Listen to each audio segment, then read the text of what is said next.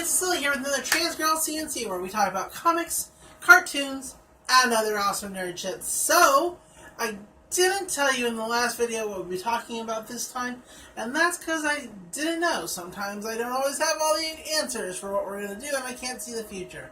But I did figure it out, so we do have something new to talk about. Obviously we do, or there wouldn't be a video.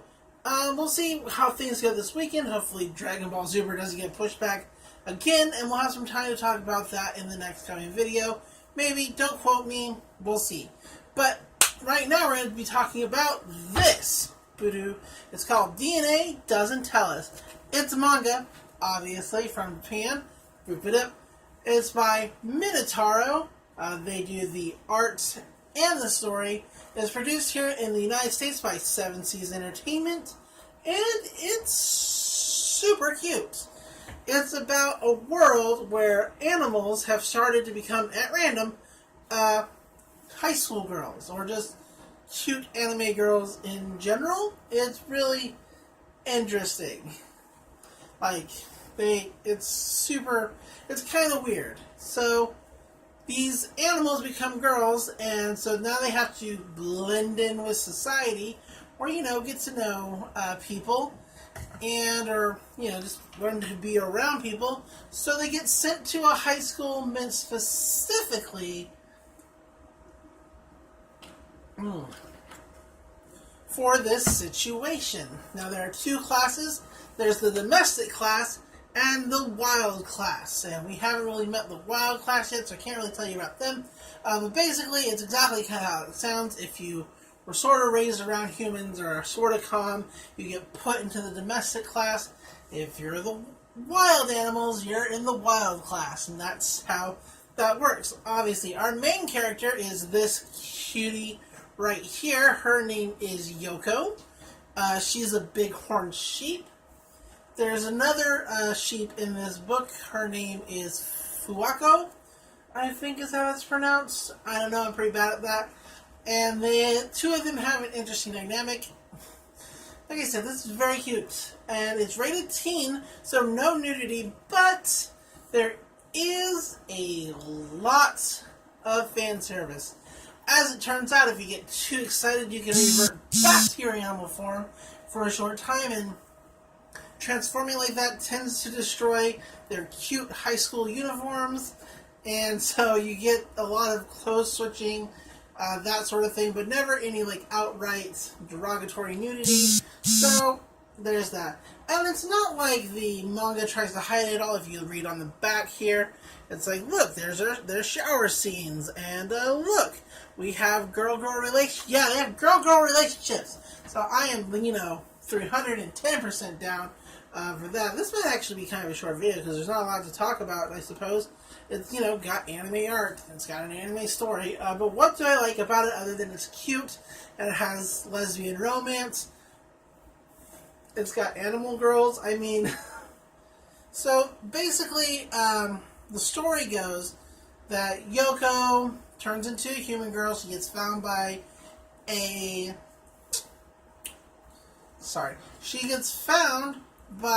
shepherd because she was a wild, bighorn sheep, and he takes her in, teaches her basically how to, talk in human speech, how to help him with his sheep, and whatever, but he's worried that she's not going to make any friends, just staying with him all the time, because she's enamored with him because, he's taking care of her and basically helped her adjust to this new life that she's going to have to lead. And so he sends her to Animalium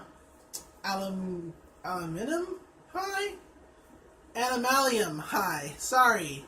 It's a little hard to pronounce. And where basically all the animals that get turned into girls go to learn how to be human. And so she's really worried about it. She's scared because, this is totally different. All she wants to do is, be with her master and, help him out on his farm. He's an older gentleman. How is he going to be able to take care of himself? And so it's basically a story of her learning to be around other people than just the one person. It's also about all the other girls and the struggles that they go through in these new forms Like, there's a ferret and a sugar glider who got abandoned by humans, their human caretakers, well before they ever became animal girls. They were just like left in the forest, and so they don't trust humans at all, and they really hate the fact that the school is kind of centered around learning to cohabitate, bad word. Basically, the school is about, learning to get along with humans and learning to live with humans, and they don't like it. There's a whole chapter about a gorilla girl who is like scared of her own strength and overcoming that. There's a great little sports festival chapter where they're all competing for crowns and a month of no cleaning anything. So it's got a bunch of little cute stories, and it's enjoyable.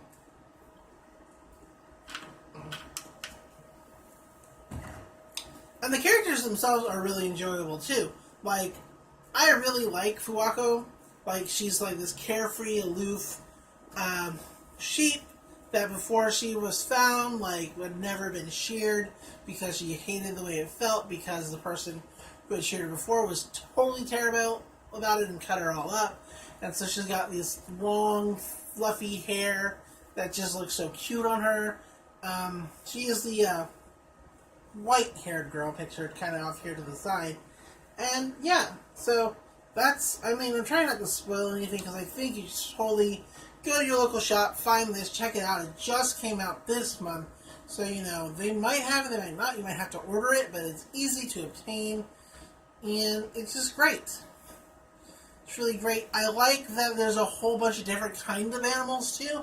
It's not like, it's a good variety.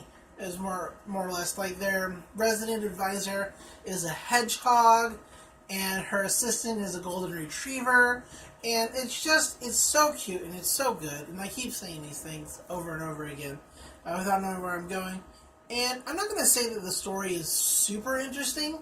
I like the premise. I think the premise itself is interesting, but it's very slice of life, which I like slice of life. But if you don't, then it's probably not going to be for you. There's anything truly exciting happening.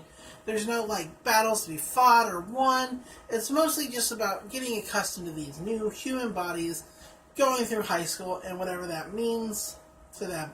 I just like it. I hope you do too. Check it out. That's, once again, DNA Doesn't Tell Us from 7 Seas Entertainment. This is really just, it's fun. It's a fun book, and I hope you like it a lot. And that's it. That's all I can really say about it without dragging on this video for too much longer. So what are we going to talk about? I said Dragon Ball Super. Hopefully. It's not the very last episode, but it's like the second to last episode. So, that's a good enough time to talk about it, if any. I will come up with a backup plan. Maybe we'll talk about Land Illustrious. Maybe we'll talk about Cells at Work. We'll see. There's a lot of different things I can talk about. I certainly have things to pick from, so no worries. Countdown Infinity just started too, so maybe we'll talk about that. But yeah, that's it. So I'm Fire Princess Lily. Until the next video, love comics, love cartoons, and I'll see you then. Bye.